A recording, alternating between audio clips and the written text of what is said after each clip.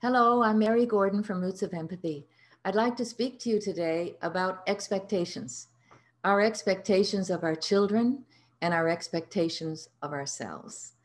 I'm not talking about the novel Great Expectations, but we certainly have great expectations of our children and totally unreasonable, sky high, as parents, expectations of ourselves. We live in an incredibly complex and quickly changing world. Our children are trying to navigate a world where they don't have the power to control things. We do as parents, and I think one of the ways that we can help our children navigate their world is to have realistic expectations. And realistic expectations include age-appropriate expectations. They also include individual appropriate expectations. Just as we know that in school, we have curriculum that is matched to the cognitive expectations of children.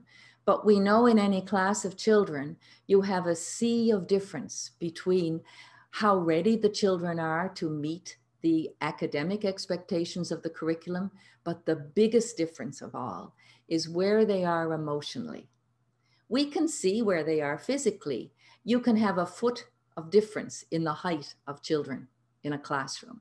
But the real difference is their emotional maturity and their emotional regulation, because everything to do with a child's learning has to do with the child's feeling, how ready the child is prepared to learn.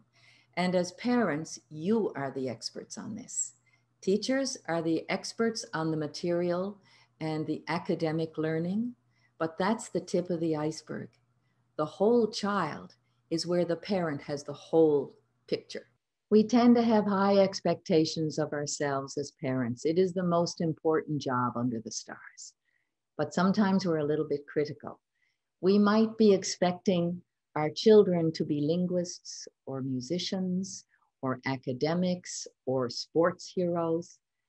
We have to be very cognizant of the child's expectations, that we have a good sync between what we're expecting and what they're hoping for.